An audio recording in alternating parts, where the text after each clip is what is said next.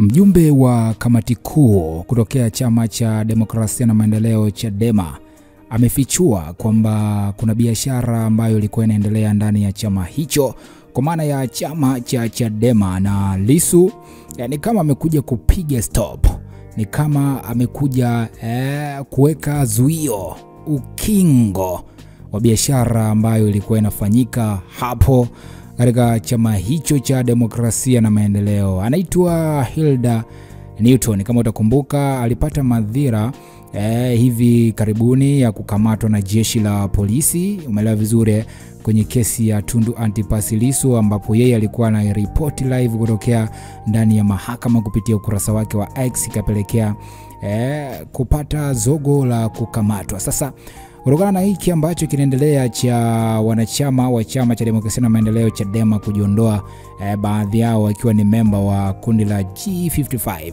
yeye amekuja kuandika kwenye ukurasa wake wa X kwamba kwanza amemposti Tundu Antipas Lissu hapa, mwenyekiti wa chama hicho cha demokrasia na maendeleo, ambaye kwa sasa yuko magereza, si ndio?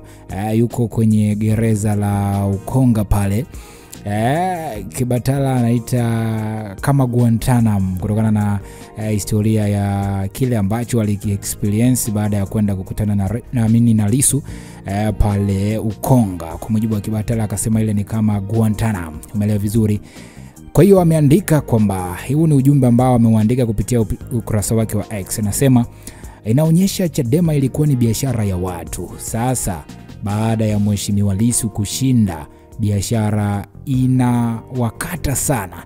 Sasa wameona bora watafute kachama kadogo ili wakaendeleze biashara zao za udalali wa siasa.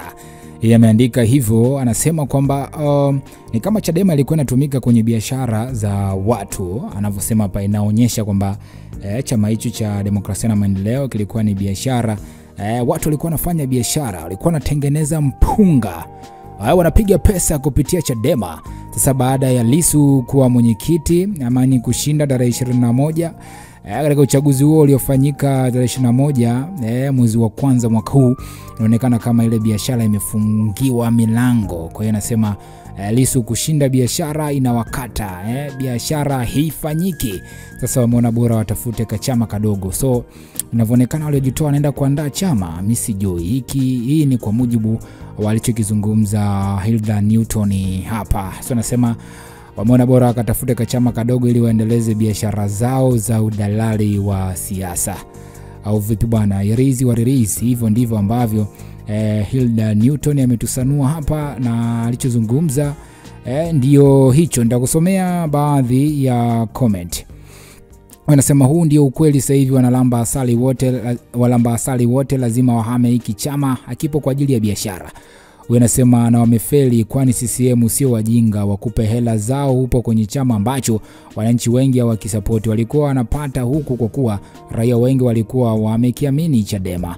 Huko waendako ni kama ni kwa muda tu, ila watapotea kwenye ramani. Wanasema Lissu ni mpinzani wa kweli, kaenda kuziba njia haramu za fedha kwa hawa vibaka. Wanasema ni biashara gani ilikuwa ikifanyika kipindi cha Mbowe? Kwa kalamu ya swali hapo, ukitoa tuhumu uwe na uthibitisho, otherwise mnaendeleza kampeni mliofundishwa ya kuwachafua watu ambayo haitawafikisha popote.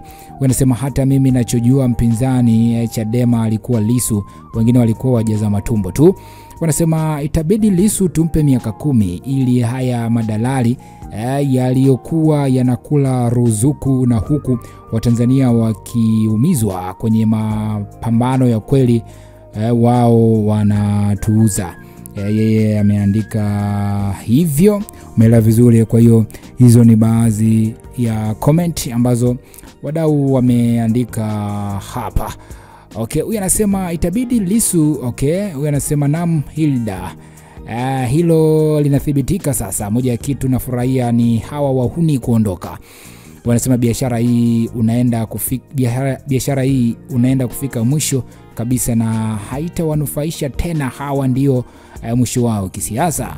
Wanasema Hilda, nakupenda bure, umejuaje kuwa hawa watu tuliwaamini lakini walikuwa wanatuuza? Wanasema haya ndo washajulikana na wameamua kuondoka. Sasa tujenge Chadema, manake hamna tena wa kumlaumu. Wanasema naamini hali ingekuwa mbaya zaidi kwa Lissu, Heche na walio waunga mkono kwenye uchaguzi ule kama wangeshindwa. Wanasema sasa ndo wakati wa kutangaza mnashiriki uchaguzi. Wanasema sahihi kabisa, yani mule kama ulikuwepo. Mala vizuri. So hizo ni comment za wadau kuhusiana na hiki ambacho kimeandikwa na Hilda Newton baada ya kusema kwamba kuna biashara ambayo ilikuwa inafanyika hapo Chadema kabla Lissu hajaingia kuwa mwenyekiti wa chama hicho, lakini baada ya Lissu kuingia inaonekana amefunga milango yote ya kile ambacho kilikuwa kinasadikika kwa ni biashara ilikuwa inafanyika hapo. Wewe mtazamo wako ni upi? Tuambie hapo kwenye comment. Hii ni VOT Media. Hakikisha umesubscribe ili kupata taarifa nyingi zaidi.